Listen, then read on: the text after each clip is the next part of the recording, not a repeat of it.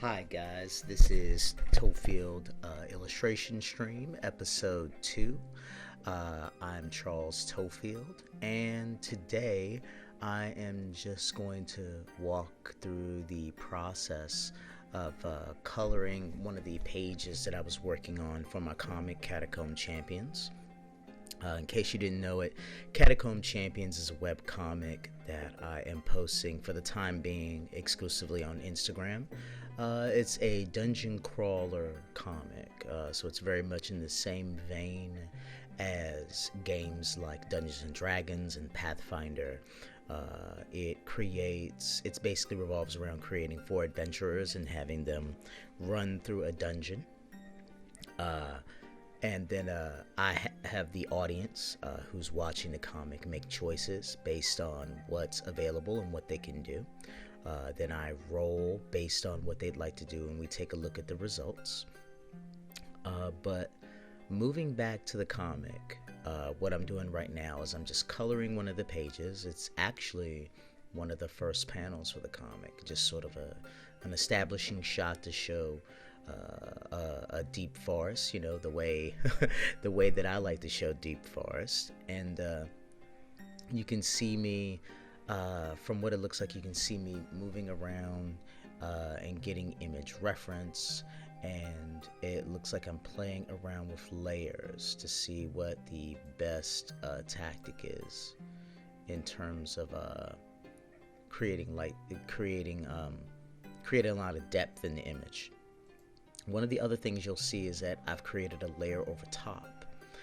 That layer is set to a dark blue. I can't remember if it's a dark blue or a light blue, but I set the layer to multiply once I've added the flat colors for the trees. Some people like to call them local colors, but in any case, what I'm doing right now is looking through some image reference and also playing with the selection tool, because the idea right now is, now that I've added the blue overlay, I want to add some moon rays or rays from sort of like the light source within the image, to sort of give you an idea on what time of day it is and whatnot. And then I want that to sort of affect how the trees in the image are being illuminated. So what you see that right there, what I did was I just hit delete over that selection, and now that's giving the impression that there's either moonlight or sunlight sort of shining through that small little crack in the image, that little valley. Now what you're seeing is me adding a rim light to the trees that are facing that light source. So that way, just like I said before, when I add that overlay and then cut out some of the shapes, it definitely informs what's going on in the image. So I'm going through each tree. I'm starting at the trees, as you can see, closest to the light source, where I'm, producing that rim light by either adding back some of the blue that I took away, right? Or using the eraser and just sort of creating a rim light at the edges on trees that need it. Now I'm moving into the middle plane of the image, right? And doing the same thing, just adding a rim light to each of the small trees that are in the image. Just so that way they're informed by what's going on there as well, right? And looks like I'm almost about done with the middle plane. I think there's like 1, maybe 2 more trees. Now, once that's done, you can see me shift over, and now I'm in the near ground or the foreground. And I'm doing the same thing. I'm adding that rim light, so that way everything in the image is giving the impression that it's being informed by that light source in the upper right hand corner, right? And I'm making sure to utilize the line work to my advantage when I'm creating these pieces of rim light here in the trees. Okay, let's see what I'm doing. Let's see what else I'm doing in the image. Okay, all right, looks like I I'm going back to add some more rim light on the remaining trees here. And the idea is, yeah, the style that I work with right now is, instead of doing a bunch of detailed cell shading, I basically just color everything with a local color. And I also make sure that the value and the saturation, instead of trying to further shade things like with sort of intricate cell shading, I just take a local color and I make sure that the saturation and the value is correct for what that lightened area would be on that character or that object, and I just make it all that color. And the only time that I actually do any shading beyond that is if there's some areas that I want to have it pop out, like with a highlight, then I go in with a highlight over top of that. And what I found is that really cuts out a lot of the time that I would normally spend on something like this. Okay, it really streamlines a lot of what I'm doing. So now, even though line work does still take up the majority of the time when I'm doing a comic page, the end result is that the coloring is not, in addition to that, bogging the process down. Now, what you're seeing me do here is I'm trying to illustrate a moon, because I wanted there to be a full moon out in this scene. So I'm going in on a layer over top, and I've set the layer to overlay, which, like I said in the previous episode, in episode 1, that heightens the value of the color, but at the same time it still retains some of the saturation in the hue, right? Also known as chroma, in case you didn't know what that is.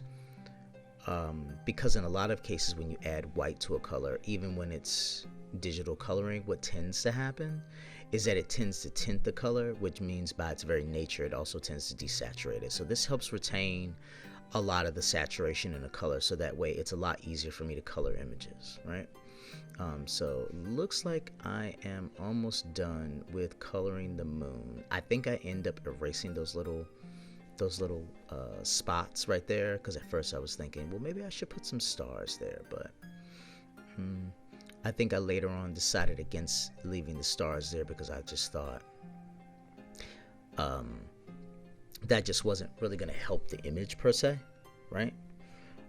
Typically when stars are like that, the way that they help an image, in my view, is in areas that are the darkest in the image, not necessarily the lightest. Although, obviously there's going to be some difference in opinion depending on who you're talking to.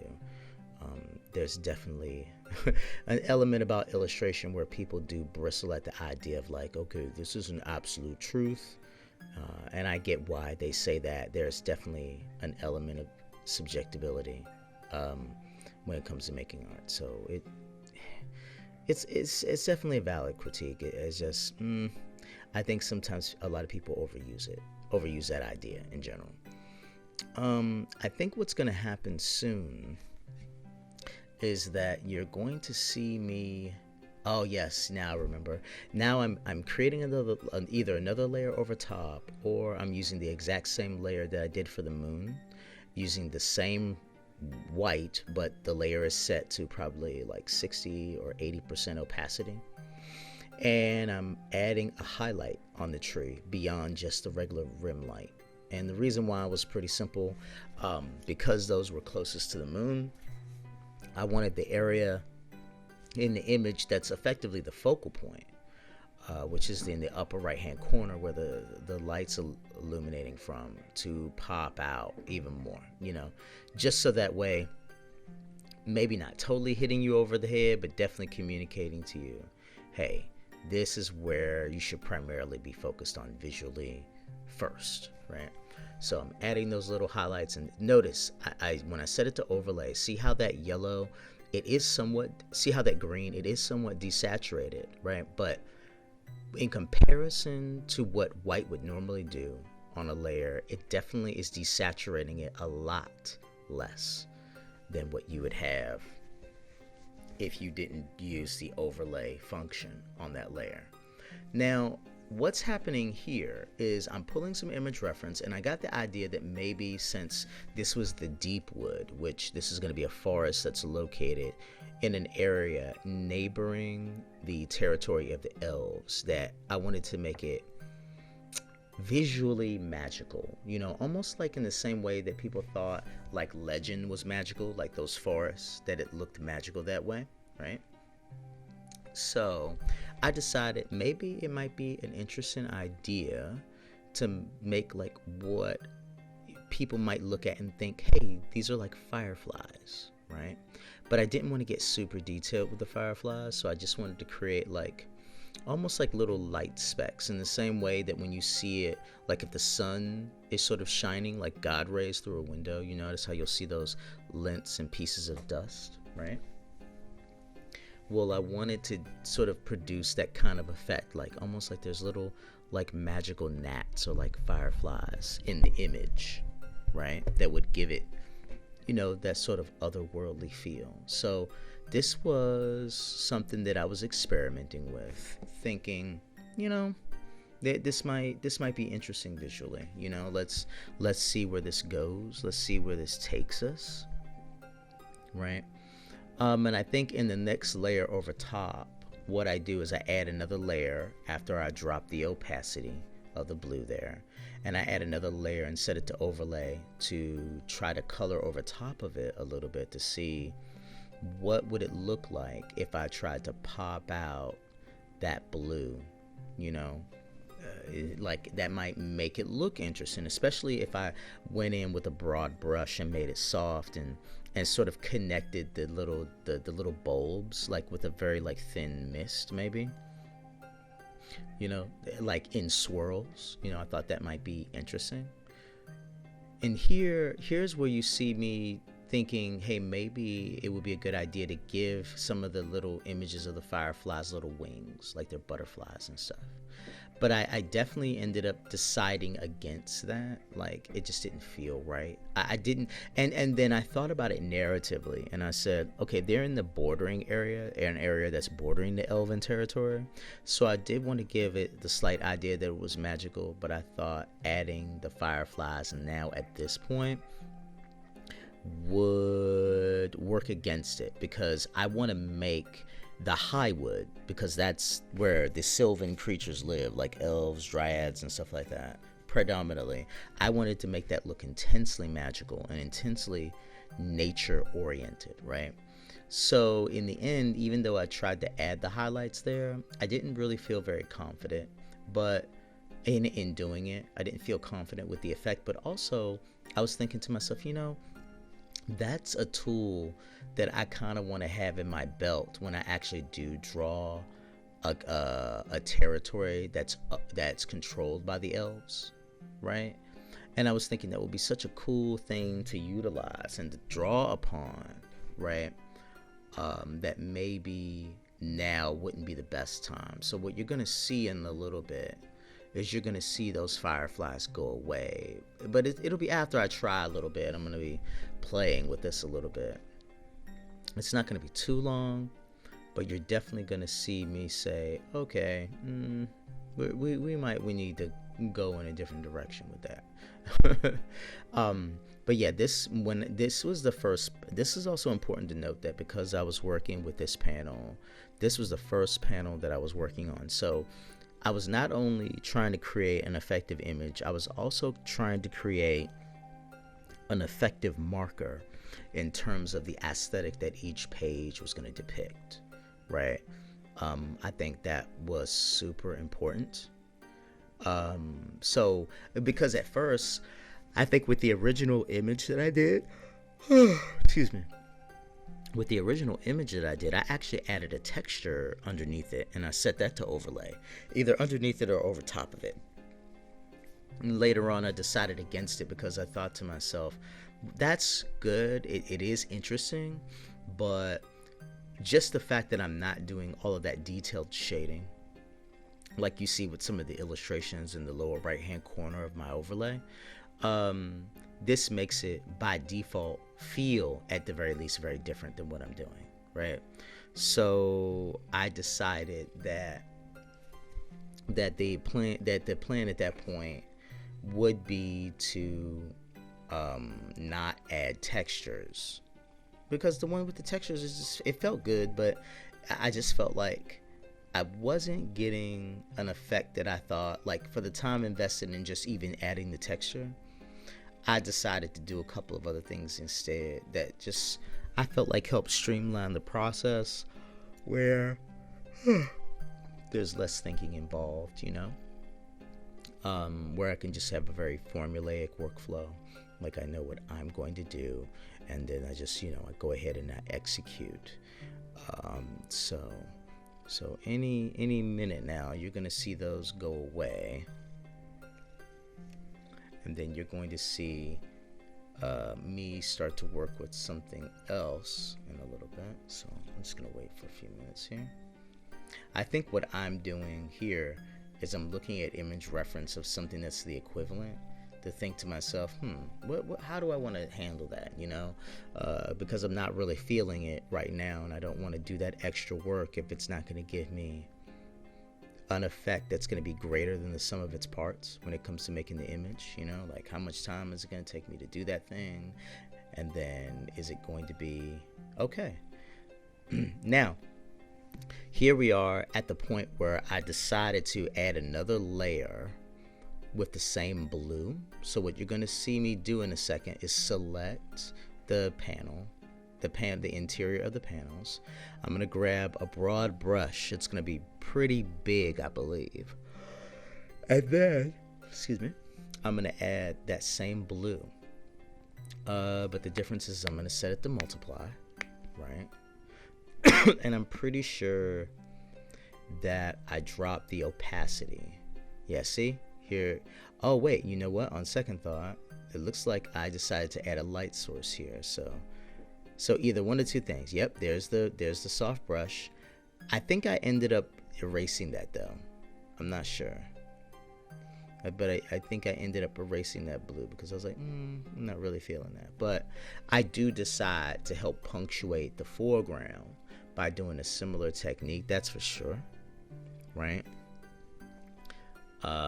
But with the dark blue. Yeah, see, this is me testing that out. Okay, now here we go. Now I notice that that's like way too dark, right? So I automatically go to the layer and then I drop the opacity down from 100 to about 40%. But something interesting, well, kind of interesting happens here. I sort of get confused about whether or not I want to keep it at 20 or whether or not I keep it at 40. So what you'll see me doing here is alternating between shading the image in a way that is not interfering with the lighter values of green in the middle plane, but at the same time trying to punch up the contrast of the image by darkening the areas that are supposed to be the furthest in darkness. See here, this is where I think that's 40% right there. So, and I think the reason why I didn't want to do that, why I wanted to make it 20, was because I felt like the line work was so, that the blue was so dark that it interfered with someone being able to see the line work, which, don't get me wrong, I understand part of this is that there is supposed to be some sort of, it's supposed to be atmospheric and that should take precedence, right? But I was still at the stage of like, okay, no, they need to still see all the line work. That's important. So see here, this is me just experimenting with where that shadow is going to go, playing around with it a little bit, right? Because if anything, I wanted to make sure that that shadow was in specific places, like on a specific corner of the image, which in this case it's obvious, you know, the lower left hand corner, right?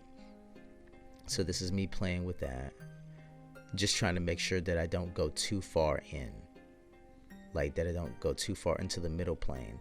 And the part that was tricky for me was when I started working near the bottom of the image, because I was afraid that that was going to bleed into the middle plane. So I kind of kept second guessing myself, I guess. Okay. But in a moment, you're going to see the value of that area change a few times, repeatedly. because I was still sort of like, okay, what do I do here? How dark should this be? How dark is too dark? So see that it's changing its value, right? I went all the way up to like 60 or 80. Now you see me pulling it back some, right? Okay.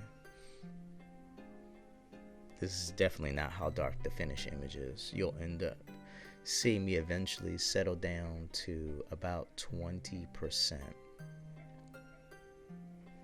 in a moment. And then what we'll do next is you're going to see now the process of me going through stages from line art. See, there's the line art, the original line art, right? And then now here's the image with the flats and me taking out the interior line art and making it gray. And then here's me adding the rim light. Now here's me adding the light source with the extra highlight. And I believe that is me adding the shadow, the additional shadow. And that is it. Catacomb Champions will be on every Wednesday. You have a good one on Instagram.